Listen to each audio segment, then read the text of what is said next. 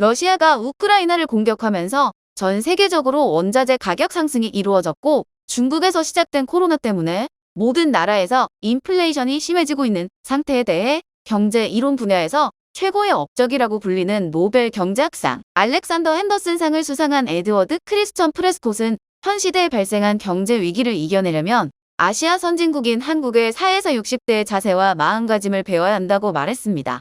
2022년 세계 대학 순위에서 1위를 기록한 영국 옥스퍼드 대학교에서도 전 세계가 겪고 있는 경제 위기를 어떻게 해결할 것인가에 대해 토론을 진행했습니다. 토론에서 가장 열렬한 환호와 박수를 받은 내용은 시몬이 발표한 내용인데 세계에서 가장 많은 경제 위기를 겪었으며 그 위기를 넘어서 엄청난 경제 성장을 이루어낸 대한민국의 4에서 60대 사람들에게 답이 숨어 있다는 발표였습니다. 왜 이들은 한국의 4에서 60대인 사람들을 주목하고 그들의 행동을 배워야 한다고 말했을까요? 먼저 노벨 경제학상을 수상한 프레스콧은 대한민국이라는 나라는 학자로서 정말 매력적인 국가이고 자신이 평생 공부한 경제학과 이론들로 설명이 불가능한 나라라고 했습니다.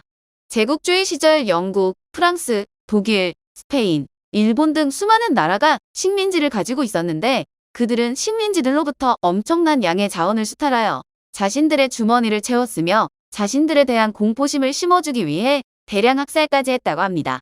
그래서 대부분의 식민지들은 독립을 하게 되더라도 국가의 경제를 컨트롤하지 못해 국가 부도를 맞기도 했고 수십 년이 지나더라도 국가 부도 상태에서 벗어나지 못하고 있다고 합니다.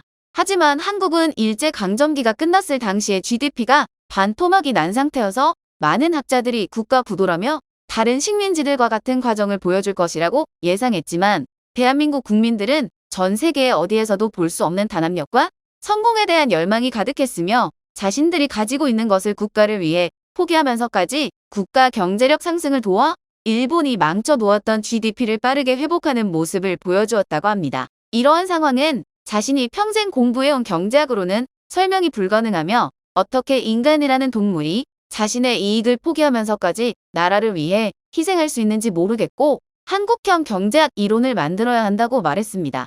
마지막 경제 위기였던 IMF 시절을 이겨냈으며 일제강점기 6.25 전쟁을 겪은 부모를 두고 있는 현재 대한민국 경제를 책임지고 있는 4에서 60대들을 관찰했다고 합니다. 그들은 IMF를 겪으면서 자원을 아껴 쓰고 남들과 나눠 쓰는 습관을 가졌으며 아무리 힘들고 더러운 일이라도 나라와 가족을 위해 몸과 마음을 버리면서까지 일을 했고 현대에는 당연한 최저임금, 야근수당, 휴일, 연차 같은 것이 없어도 아무런 말도 하지 않고 자신의 몸과 미래보다 자식 세대들의 미래를 생각해 이를 악물고 일했다고 합니다. 이런 모습을 보고 프레스콧은 경제 수준이 더 높다고 말하는 영국, 미국에서는 경제 위기를 국가의 잘못이라며 자신들을 책임지라며 경제 활동을 전혀 하지 않고 노숙자로 사는 사람이 점점 많아지고 있어 미국 전체에 100만 명 정도가 있는 상태이며 매년 20%씩 늘어나고 있다고 합니다. 보통 선진국이라고 말하는 곳에는 슬럼가라는 노숙자와 범죄자들이 모여 사는 곳이 있는데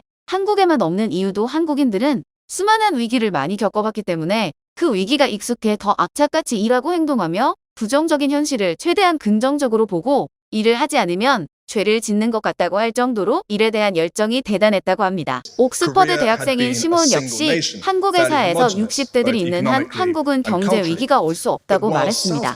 자신은 한국 BBC에서 10년 넘게 특파원으로 일하면서 수많은 한국 산업체들의 취재를 나가게 되었는데 그곳에는 40대 이상의 사람들이 유독 많았다고 합니다. 그래서 시몬은 그들을 인터뷰하기 시작했는데 그들은 어렸을 때부터 나라가 가난해 밤낮을 가리지 않고 일하는 부모님들을 보고 자랐으며 부모님들은 늘 자신들에게 풍족하게 키워주지 못해 미안하다고 했고 그 때문인지 자신들도 밤낮을 가리지 않고 일하고 있으며 이들의 꿈도 자신들보다 자식들이 더 좋은 것을 먹고 좋은 옷을 입고 좋은 곳에 살게 해주는 것이라고 했다고 합니다.